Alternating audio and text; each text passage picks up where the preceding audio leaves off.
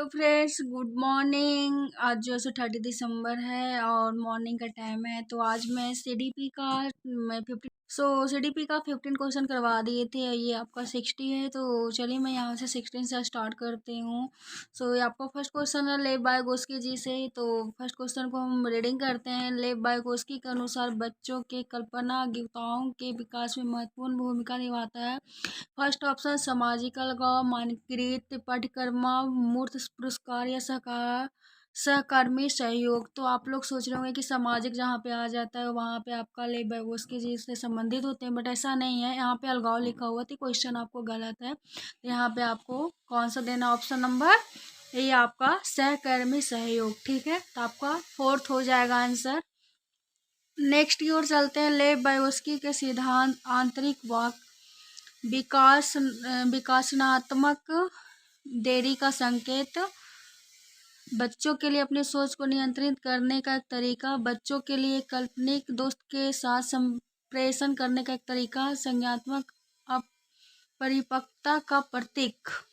आपका इसमें जो है सेकेंड हो जाएगा। 18 नंबर। 4 वर्षों की अर्पणा कहती है कि एक बटन जिंदा है क्योंकि यह उसकी शर्ट को एक साथ बांधने में मदद करता है। जिन प्याजे के अनुसार उसकी सोच की विशेषता। तो इसमें आपका ऑप्शन नंबर 4 है।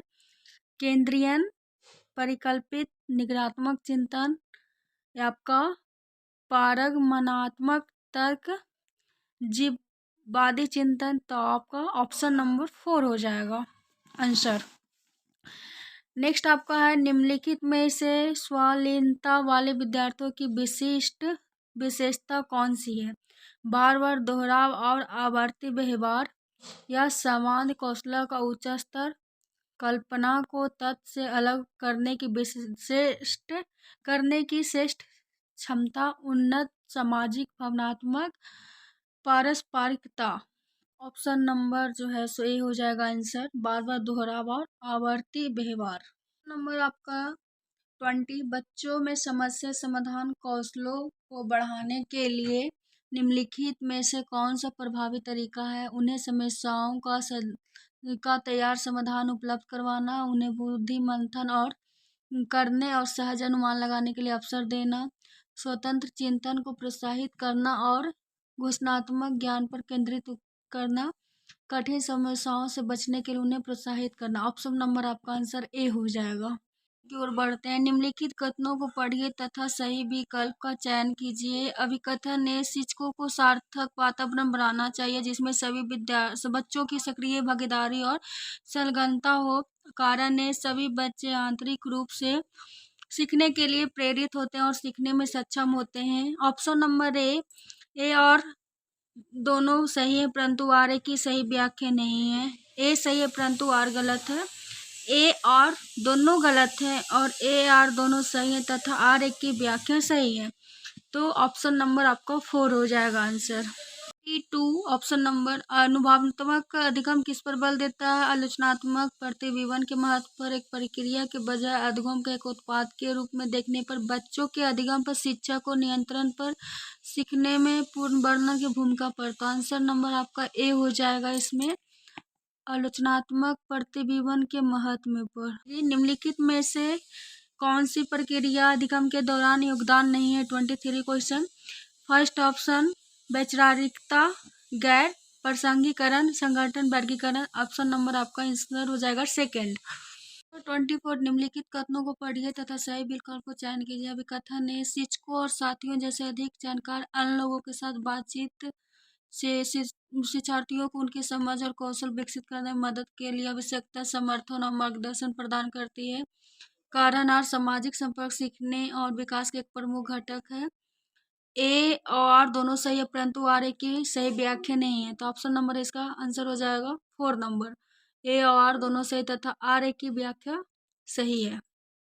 25 लेव बायोस्की के अनुसार भाषा विकसित और संज्ञानात्मक विकास एक दूसरे के स्वतंत्र रूप से विकसित करते हैं। भाषा विकास संज्ञानात्मक विकास को सुगम बनाता है।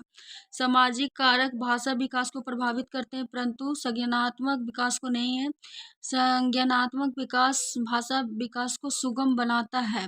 तो आपका ये भी सेम क्वेश्चन है, ये भी है, ऑप्शन नंबर सेम है।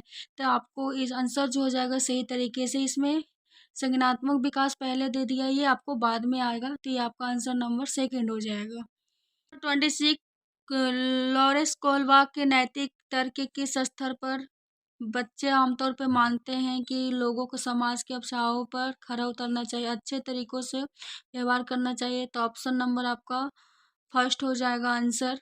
और उसके बाद ये आपका पूर्व सक्रियात्मक स्तर, उत्तर पूर्व पारंपरिक स्तर, ये आपका नहीं होगा, तीनों फर्स्ट नंबर पारंपरिक स्तर हो जाएगा। क्वेश्चन 27 नंबर है, जिन प्याजी के अनुसार पूर्व सक्रियात्मक चिंतन की मुख्य विशेषताओं में से एक है जो किसी की स्थिति के पहलू पर ध्यान केंद्रित करने और दूसरों की उपेक्षा करने की प्रवृत्ति को संदर्भित करता है। तो ऑप्शन नंबर इसका हो जाएगा 4 आंसर। नेक्स्ट हो जाएगा भौतिक वृद्धि और विकास विकास के और सिद्धांतों के पालन करते हैं, समीपस्थ अवरोही शीर्षगामी आंतरिक से बाहरी। उसके बाद विभेदीकरण सरल से जटिल, एकीकरण जटिल से सरल, एकीकरण सरल से जटिल, विभेदीकरण जटिल से करण, शीर्षगामी अवरोही, समीपस्थ आंतरिक से बाहरी। ऑप्शन नंबर 4 हो जाएगा आंसर। नेक्स्ट क्वेश्चन 29 नंबर, प्रारंभिक बाल्यावस्था में वृद्धि और सोच है जबकि मध्य बाल्यावस्था में वृद्धि और सोच है। तो ये आंसर हो जाएगा आपका 4 नंबर। स्थिर है कुछ हद तक, आत्मकेंद्रित, धीमी, तार्किक। Option number 4। नेक्स्ट होगा निम्नलिखित में से, लास्ट क्वेश्चन है 30, निम्नलिखित में से कौन सा स्थूल गति कौशल है? एक कागज पर वृत्त को रूपरेखा के अनुसार काटना। सेकंड ऑप्शन, एक कागज पर एक बड़े आयत को रूपरेखा के अनुसार काटना। थर्ड हो जाएगा बुनाई। 4 हो गया तैरना। तो ऑप्शन नंबर आंसर 4 हो गया। तो आपका सीडीपी का टोटल कंप्लीट हो गया है पेडालॉजी। तो आई होप मेरा एक छोटा सा वीडियो अगर आपको अच्छी लगे तो प्लीज़ लाइक एवं सब्सक्राइब कीजिएगा और कमेंट में ज़रूर बताइएगा। तो मैं आपको ईवीएस का इसी तरीके से एक एक करके क्वेश्चन में करवा दूंगी। उसमें एनसीईआरटी है 15 और 15 जो आपका पेडोलॉजी है। तो bye bye, take care, love you.